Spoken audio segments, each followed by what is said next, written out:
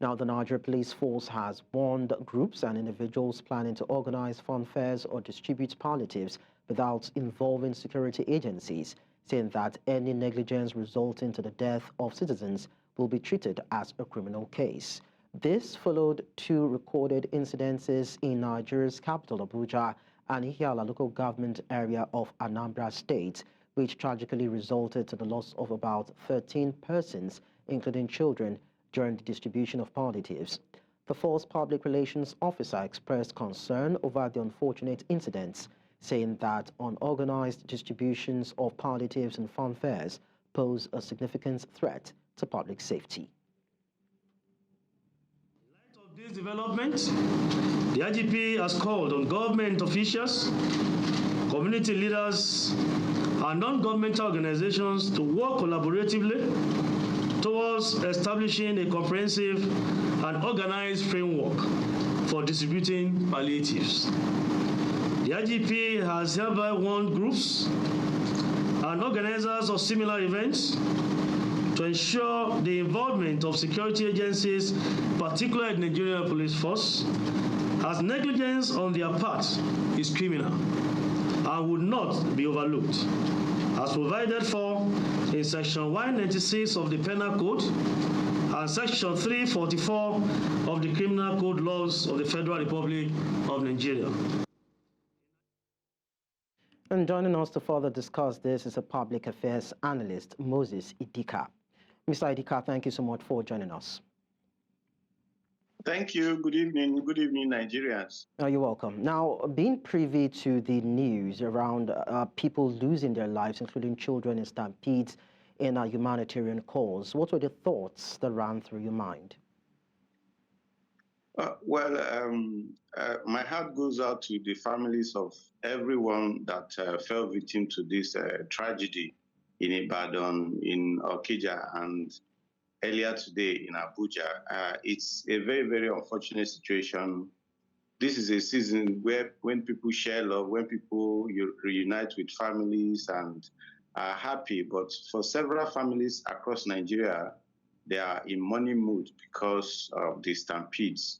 However, it is just a pointer, a sign of the times that we found ourselves. You see, Nigeria, a hitherto prosperous country, has now become a nation where people scamper for food. When you go around, when you drive around town, you see people, scavenging for food in dump sites everywhere, and that is why this thing keep happening every day. And it's an indictment on the government and all our policy formulators, because it shows that nothing is really working in our country today. Okay, so one thing that remained constant in these incidents were the venues were overcrowded. Secondly, children made up the most of the casualties. We didn't have it this bad in the country some years ago. Can the leaders do better? Yes, you find out that, for example, the Catholic Church is well known for its, activities along this direction of, giving out things to vulnerable people in the society.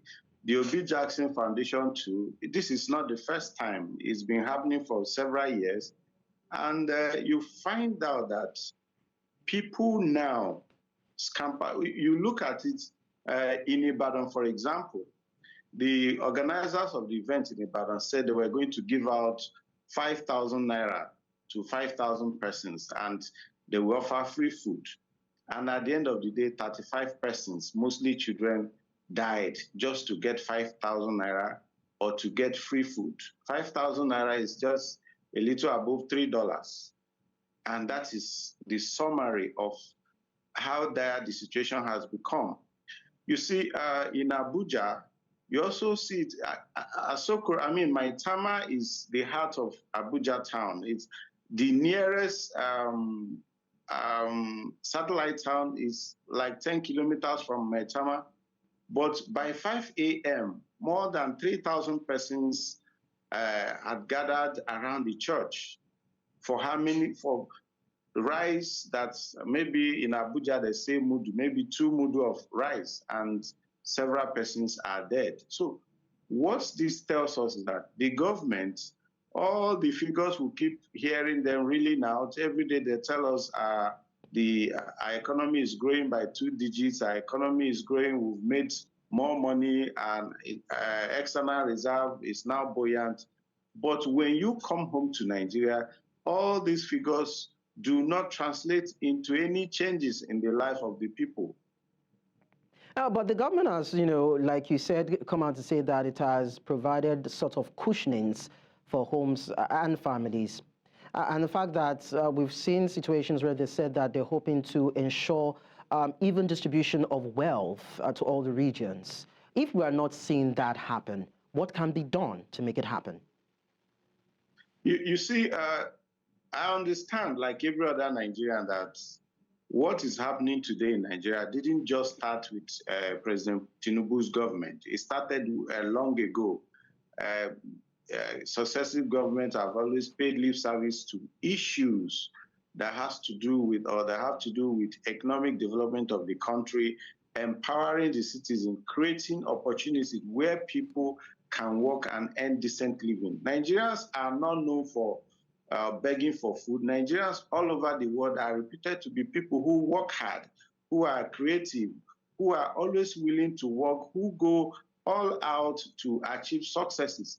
But the policies of the government in the last 1 decade has, it has somehow shrunk everybody, shrunk the economy. You cannot say, the scariest of all of it is that there is no sign that there is any light at the end of this tunnel. And that is a call to duty to all government, from local government to state to the federal government, to actually begin to put on their creative caps to think of the way forward. Because what we see today in a country where people are dying because of 5,000 naira, you find out that in that same country, the people who are the helm of affairs are living in massive opulence, buying new planes, buying the latest vehicles, opening mansions here and there, banding billions of figures, and the people are dying of hunger. So the government, obviously, whatever the government is doing is not working. So there has to be a change of tactics, there has to be a change of strategy and policy, because the situation we find ourselves today in Nigeria is a time bomb. All right, thank you so much, Mr. Moses Idika, Public Affairs Analyst, for sharing your thoughts with us. Thank you very much.